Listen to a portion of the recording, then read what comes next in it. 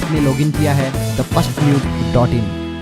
Corona की दूसरी लहर ने भारत में ऐसा कहर बरपाया कि हजारों लोगों को इसके कारण अपनी जान गंवानी पड़ी। लेकिन कोरोना संकट के बीच उत्तराखंड के 9वें मुख्यमंत्री के रूप में कार्यभार संभालने वाले तीरथ सिंह रावत को कोविड के कारण ही कुर्सी गंवानी पड़ी। जी हां, यह जानकर आपको आश्चर्य हो रहा होगा, लेकिन कोरोना की वजह से उपजे संवैधानिक संकट की वजह से ही चुनावी साल में तीरथ सिंह रावत को महज 115 दिन बाद सीएम की कुर्सी से बेदखल होना पड़ा है। शुक्रवार को दिल्ली में पार्टी आलाकमान से मुलाकात करने के बाद देहरादून लौटे तीरथ सिंह रावत ने सबसे पहले अपने कार्यकाल की उपलब्धियां गिनाई और इस्तीफे के सवाल पर चुप्पी साध ली। लेकिन थोड़ी देर बाद राजभवन पहुंचे और राज्यपाल बेबी रानी मौर्य को अपना इस्तीफा सौंप दिया। तीरथ सिंह ने बात करते हुए बताया कि उनके इस्तीफा देने की मुख्य वजह संवैधानिक संकट रहा, जिसमें निर्वाचन आयोग के लिए चुनाव कराना मुश्किल था। ऐसे में उन्होंने कहा, संवैधानिक संकट की परिस्थितियों को देखते हुए मैंने अपना इस्तीफा देना उचित समझा। दरअसल मुख्यमंत्री पद संभालने के बाद हरिद्वार कुंभ का आयोजन रावत के सामने सबसे बड़ी चुनौती था, लेकिन किसी तरह कोरोना की दूसरी लहर के बीच आयोजन संपन्न हुआ। इसी दौरान तीरथ सिंह रावत भी कोरोना से संक्रमित हो गए, जिसके कारण अप्रैल में हुए सल्ट उपचुनाव में वो अपनी दावेदारी पेश नहीं कर पाए। ऐसे में तीरथ सिंह की विधानसभा पहुंचने की राह कठिन हो गई, जिस कारण उन्हें इस्तीफा देना पड़ा। दरअसल उत्तराखंड विधानसभा चुनाव में 1 साल से कम का समय बचा है। ऐसे में सामान्य तौर पर उपचुनाव नहीं कराए जाते हैं। मौजूदा परिस्थिति में पौड़ी